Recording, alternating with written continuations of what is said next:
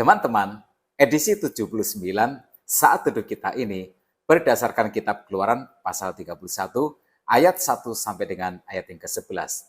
Tuhan menunjuk dan memperlengkapi orang-orang tertentu dengan keterampilan untuk membuat tabernakel, tempat di mana kemuliaan Allah akan turun.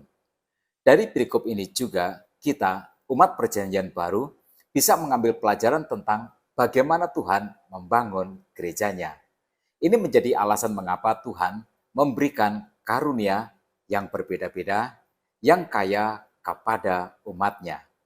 Pekerjaan gereja tidak hanya dijalankan oleh satu dua karunia saja, tetapi semua karunia, semua bakat, talenta, keterampilan, kemampuan, dan wawasan akan menjadi pembangun gereja di mana Tuhan akan menyatakan kehadirannya dan pekerjaannya melalui umatnya. Ayat 1 sampai dengan ayat yang kelima berkata, berfirmanlah Tuhan kepada Musa, lihat, telah kutunjuk Besaliel bin Uri bin Hur dari suku Yehuda, dan telah kupenuhi dia dengan roh Allah, dengan keahlian dan pengertian dan pengetahuan dalam segala macam pekerjaan untuk membuat berbagai rancangan supaya dikerjakan dari emas, perak, dan tembaga, untuk mengasah batu permata, supaya ditatah, untuk mengukir kayu, dan untuk bekerja dalam segala macam pekerjaan.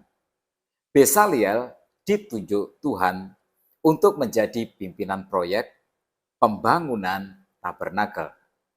Nah, kata lihat yang diucapkan Tuhan adalah perintah tegas dari Tuhan bahwa proyek ini harus dikerjakan oleh orang yang dipilih Tuhan.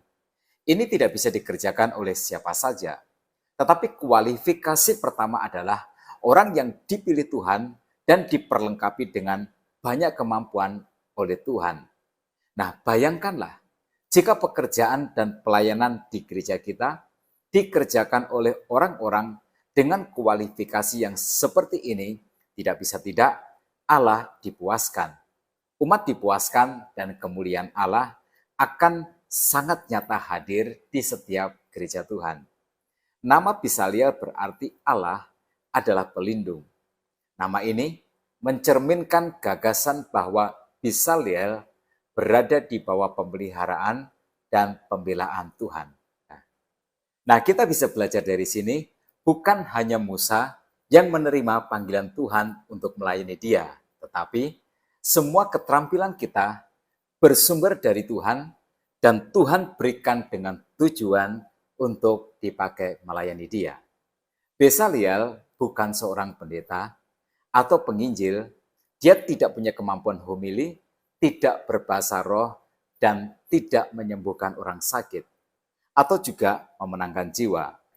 Tetapi jelas dikatakan bahwa dia dipenuhi dengan roh Allah dan hasilnya adalah sebuah manifestasi untuk berkarya dalam karya seni, membangun tabernakel beserta dengan perabotannya yang bernilai seni tinggi. Jadi, seni adalah panggilan yang juga suci bagi orang percaya. Tuhan membutuhkan lebih banyak anak-anaknya untuk menulis, untuk melukis, untuk menjadi musisi, berkarya melalui arsitektur yang hebat, atau bekerja di bidang IT.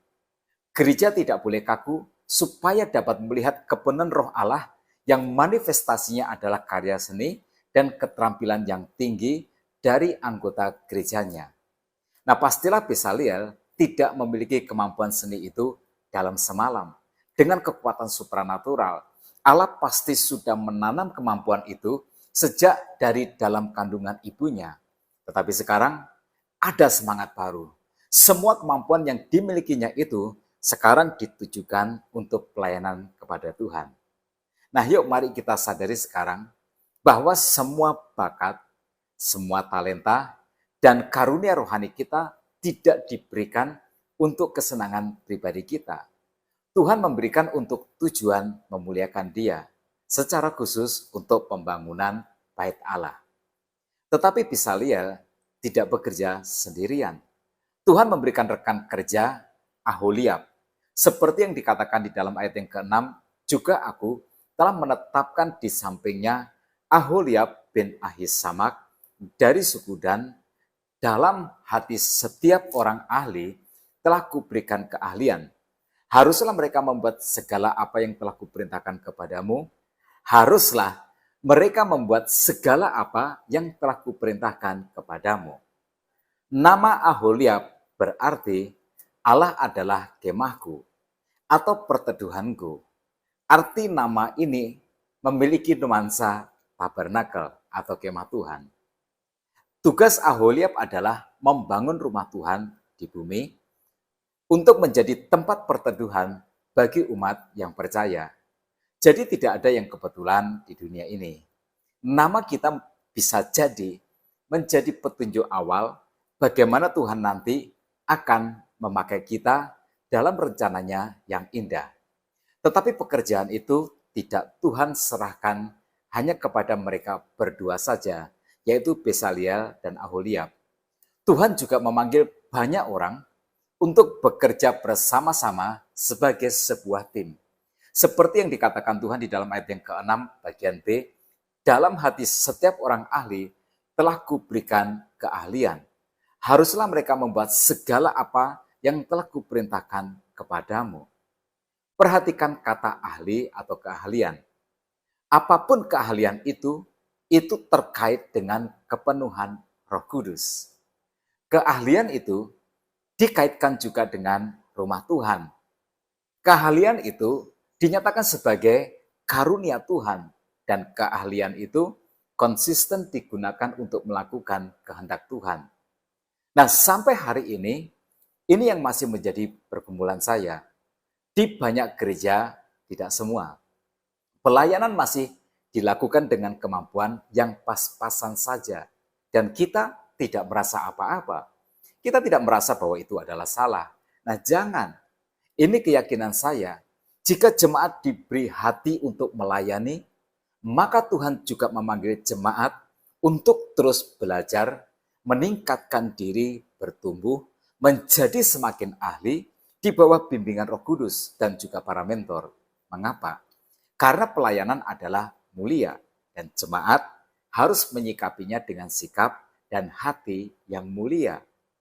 Yuk kita tinggalkan semangat sekedarnya saja dan berikanlah yang terbaik untuk Tuhan. Sampai dikatakan tentang apa yang kita lakukan, kita memang ahlinya di bawah bimbingan dan pengurapan Roh Kudus. Tuhan selanjutnya mengungkapkan secara spesifik mengapa orang-orang ini dikaruniai keahlian. Mereka harus menggunakannya untuk membuat setiap aspek dari tabernakel seperti yang dikatakan di dalam ayat 7 sampai dengan ayat yang ke-11.